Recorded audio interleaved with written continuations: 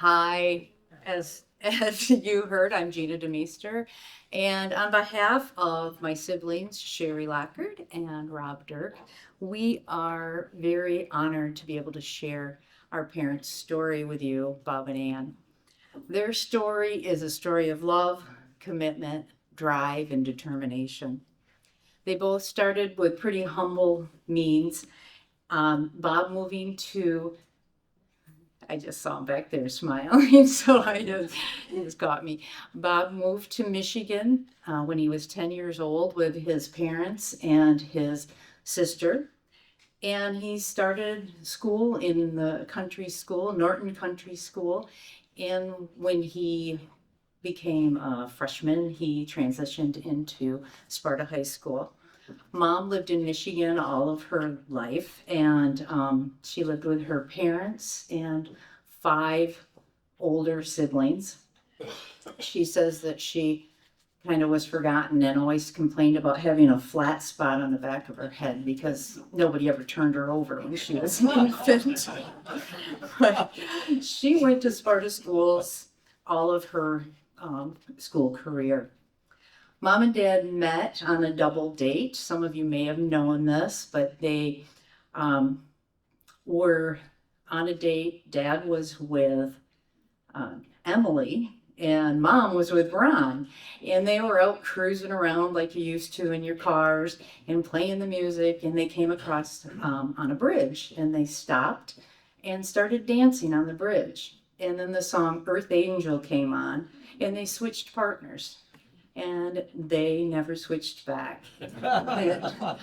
Ron and Emily actually got married as well, so it was kind of fun.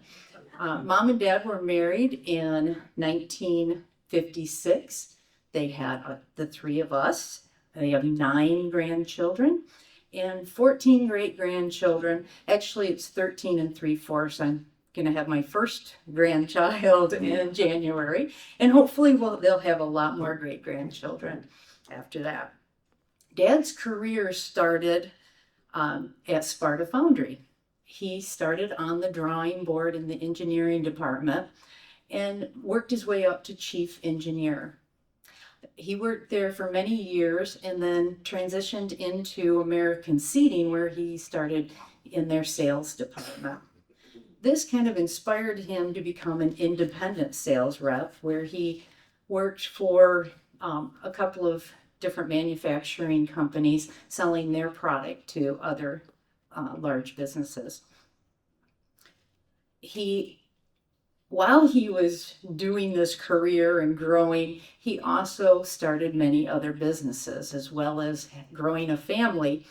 He started the business of Able Engineering with his partner Ward Skank, and they made small machine parts. This started in our basement, and my siblings and I all had a hand at helping make these parts. Eventually that business did really well, and they moved into a small building, and it did well for several years, or for many years actually. And some of you may have remembered the diner Rob's Roost. He started that, opened that up. That was your classic hamburger and french fries and old-fashioned milkshakes. And it was my favorite place to walk to after school. He opened the first fast food drive-through, get 'em and go. I drove by it on the way here, and it is something else right now.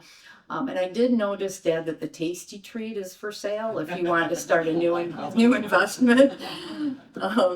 He bought several apartments and houses and fixed them up, and he rented those out. He started a business with my brother called Pro Seal, where they sealed the telephone lines to protect them from the different elements. Dad also had a pretty good sense of humor.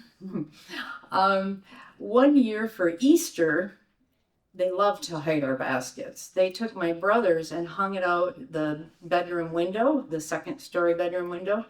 He didn't find it until the next day when he was mowing the lawn because they would not tell him where it was. And my funniest moment, not so funny, with Dad is he was on a business trip, and wasn't due back till the next day. And I was home alone with my mom. And all of a sudden we hear these taps on windows. And we hear the rattling of the front door. And my mom's like, who is it? Who is it? And suddenly we hear this giggling on the outside of the door. And I don't think my dad got a very warm reception when he came in the door that day. He really scared us. He was generous. He still is so generous.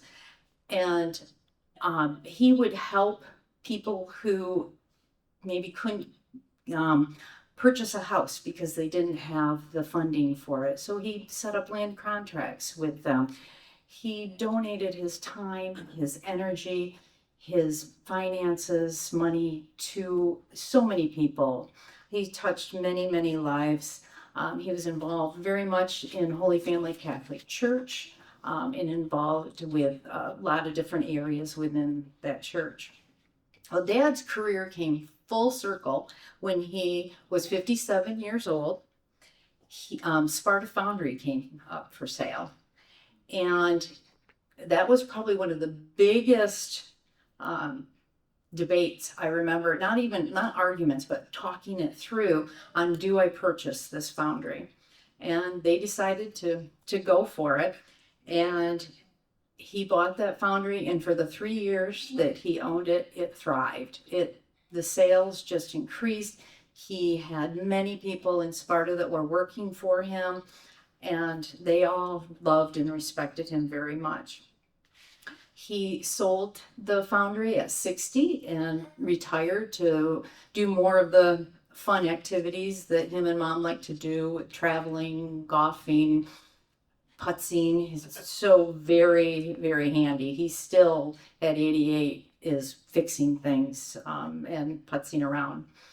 One of the thing I can tell you about how to show how he was so generous, when he sold the foundry, he gave every employee, whether they were a janitor, a factory worker, worked in the office, he wrote them personally a $500 check from his proceeds of selling the foundry.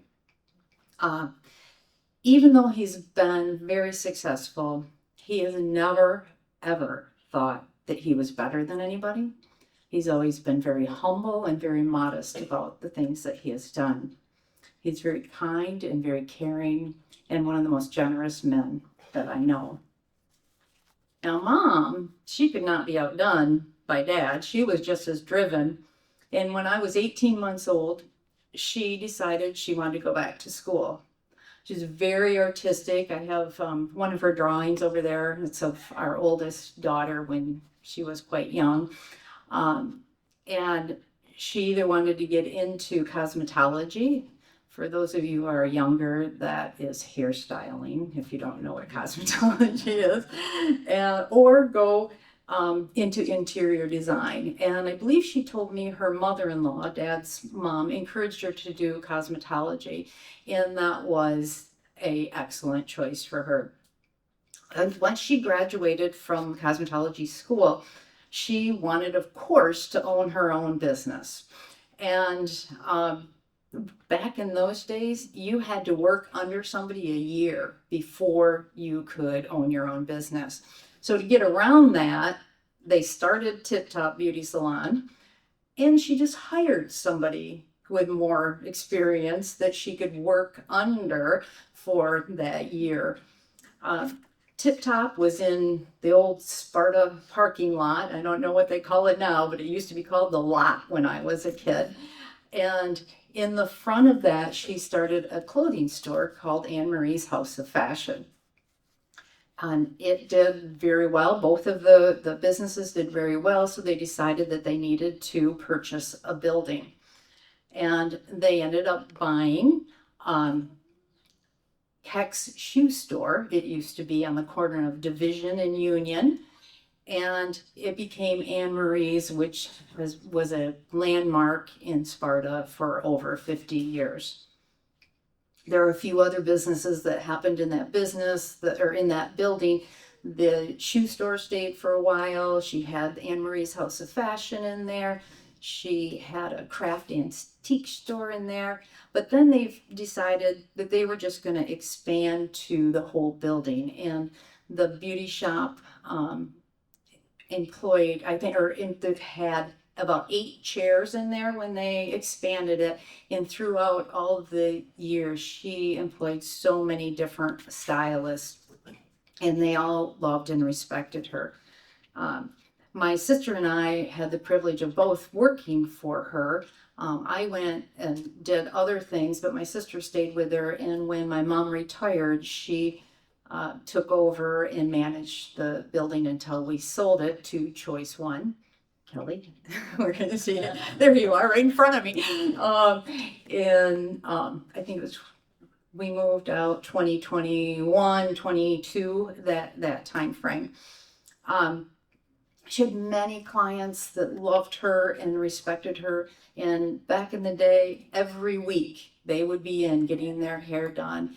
And she had some of them who asked and even put it in their will that she come do their hair when they passed away. And she did. She would go to the funeral home and it would be just as beautiful when they were there every week as it was once they passed. Said that backwards, but you know what I mean. And one other little kind of fun note, we just recently, I heard this from her assisted living. Oh, back up just a second, because I'm sorry, what's your name? Oh, Larry. Yeah, sorry, Larry. He mentioned that mom passed away. She passed away a month ago, and she had 10 years of living with dementia, and she lived in an assisted living the last couple of years. And in that assisted living home, the hairstylist in her still remained. And the girls were telling us that one of the girls was bending over, helping her out. And my mom said to the girl, "You need curlers in your hair." The hairstylist never left. She was a feisty, 5'2", kind, compassionate woman. She was never a pushover, but she was equally as generous as my father. My parents were hardworking, and they loved Sparta, they loved their community, and they loved their family very much. They worked hard and they played hard. And their careers have had a great impact on the Sparta area and many individuals that their lives have touched. But to our family, their greatest success and the greatest legacy they could leave was their love story. They just celebrated 69 years in October, with a couple of years before that they were dating. Was their marriage and everything perfect? No, but nothing is ever perfect. But was it good? Yeah, it was very, very good. And we are so proud of them and proud to call them Mom and Dad. Thank you.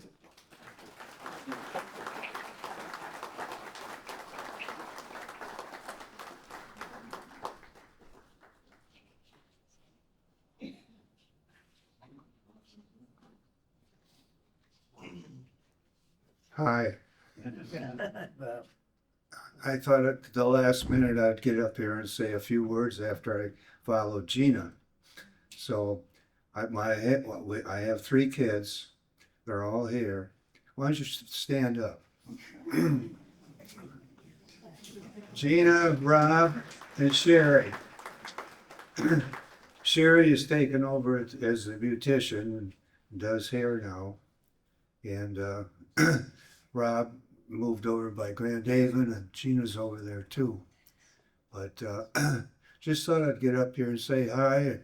I really love Sparta, and it's been really good for me and the family. So thank you.